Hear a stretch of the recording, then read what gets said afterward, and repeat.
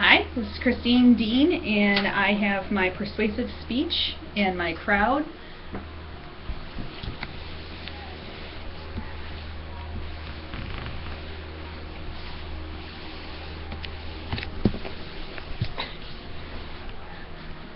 And the note cards.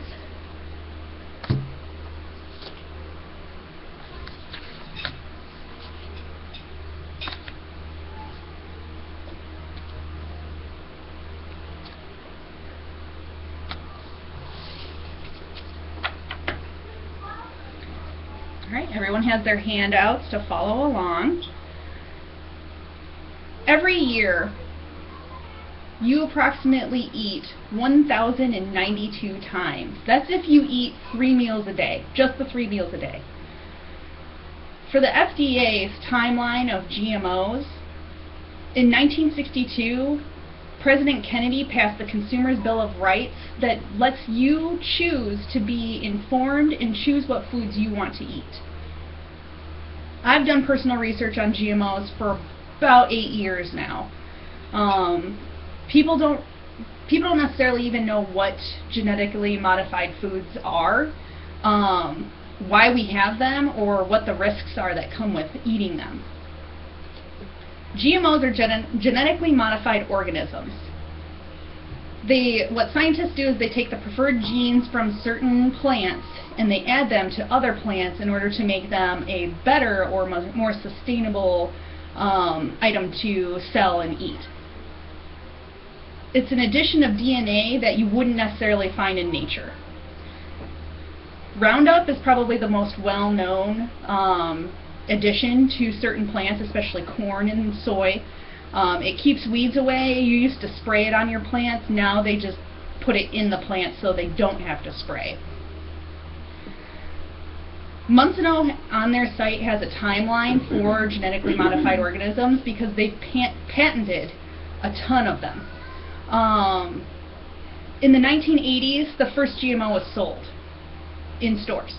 In 1982, the FDA approved GMOs to be sold, but they didn't and they still don't do testing on them.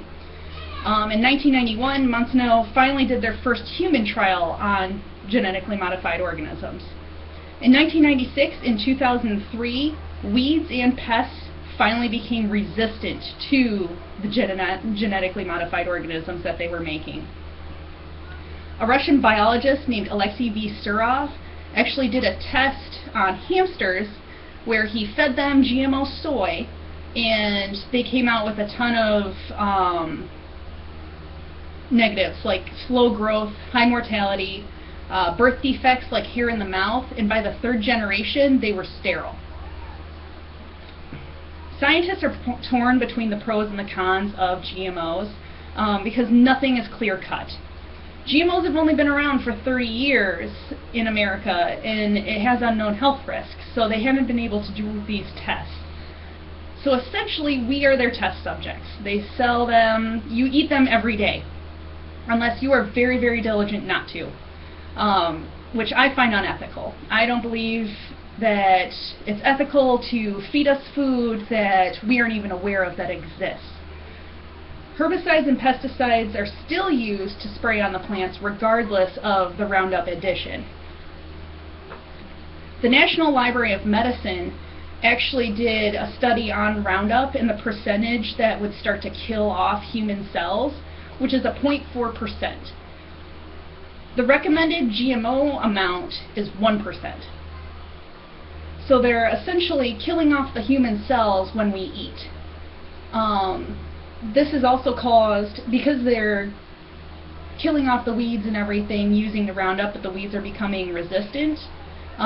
Regular plants don't stand a chance against these new super weeds that are becoming resistant. A farming consultant named Jay Holder did a study in 2004 where in North Carolina the cotton crop was cut in half over and over and over again. And it was because this resistant amaranth was growing and it sucks the moisture out of the soil and it was killing off the cotton. In this poster you can actually see the rise of the super weeds, and all of you have your handout. This is the study that he was doing from 1970 on, and you can see that as GMOs really peaked up in the 90s, the weeds became super resistant to the Roundup that they were using in the GMOs. Personally, I find that the risks outweigh the benefits by far. Consumers should be allowed to be informed and choose if they want GMOs labeled in stores so that they can decide if they really want to eat this or not. Monsanto and many other companies are fighting against that. Even today, the government passed a bill to further establish Monsanto and let them not label GMOs. I think that as far as a free economy, that if Monsanto's product is as good as they say it is, that label it and let's prove it. If people buy it, then they're choosing to buy it, and Monsanto's product is good. Otherwise, they need to go. Thank you.